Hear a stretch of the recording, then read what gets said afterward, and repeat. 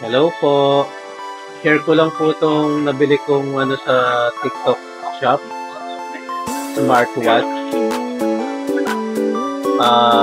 Ang brand niya is ITEL. Ang model is Smartwatch Storm Ultra 023.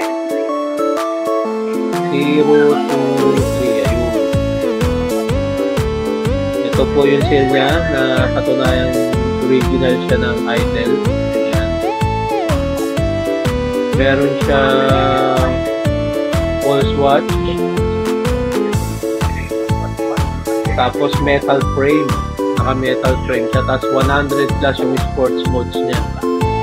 Tapos meron siyang Bluetooth calling. Yun ang maganda rin, Bluetooth calling. Okay, open na natin para malaman natin kung ano laman. Uy! Lumabas agad yung relo niya. Ayan natin.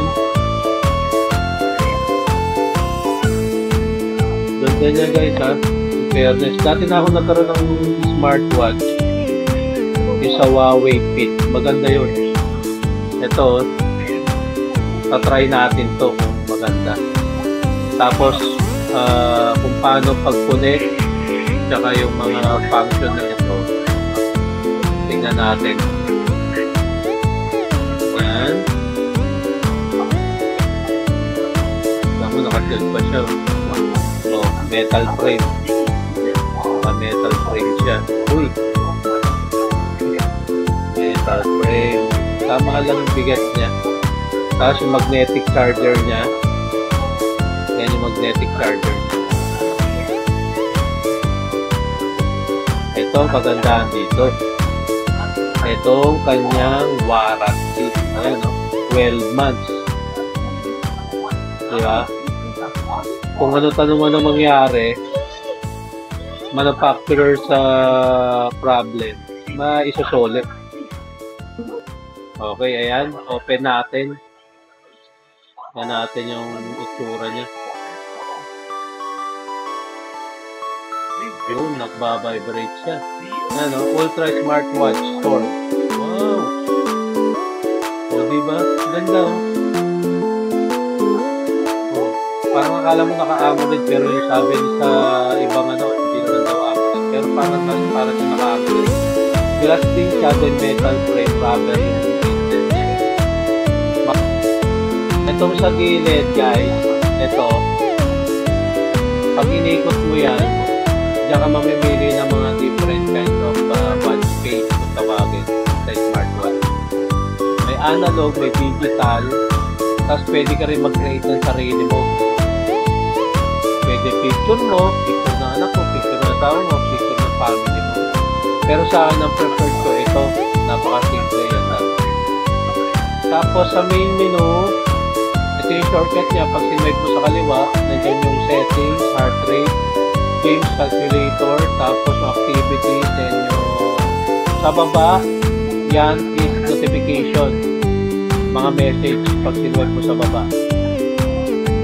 Sa kanan naman, ito yung activities.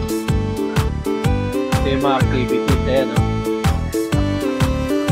Yung oxygen mo, blood oxygen, heart rate, tapos weather, stress, posture. Sa taas, another menu pa rin. Another menu. Ayan, may flashlight siya, tapos yung battery mo. Power saving pala yun, tapos do not disturb. Tapos kung gusto mo set up yung brightness, ayan. Tapos, mga e-cards. E-cards. Ito palang button, itong button na maliit sa kanan. Ito po yung back menu. Kung nag-scroll po kayo, let's say, buksan natin to activities. Tapos, ayan, activity. Tapos, in-scroll nyo.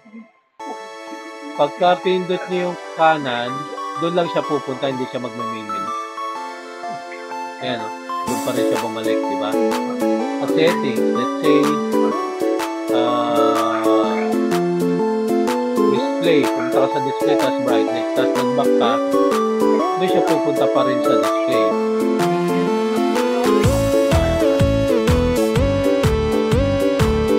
Ito naman, ganun din.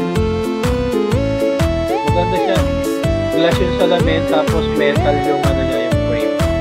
Yung bigat niya tama lang, parang original. Parang ano talaga. Sabagay original naman siya ng Itel. Pero hindi naman siya yung brand na katulad ng mga Apple Watch or being practical, okay na okay to yung call, marireceive mo rin yung call mo, mga notification mo. Yan. Tapos pagdating sa charger, sa review, it's 2 hours siya. Tapos, ang ano niya, ang standby mode, sabi nila, nasa 14 days. Tapos, ang ano, 1 week. Pagka nagagamit-gamit mo. Depende pa rin siguro. Ito siya, oh, magnetic yung charger na. Ayan, oh. Ayan, guys. Magnetic. Para siyang premium. Okay? So, bili na kayo. Kiara Shop lang. Ang malakas.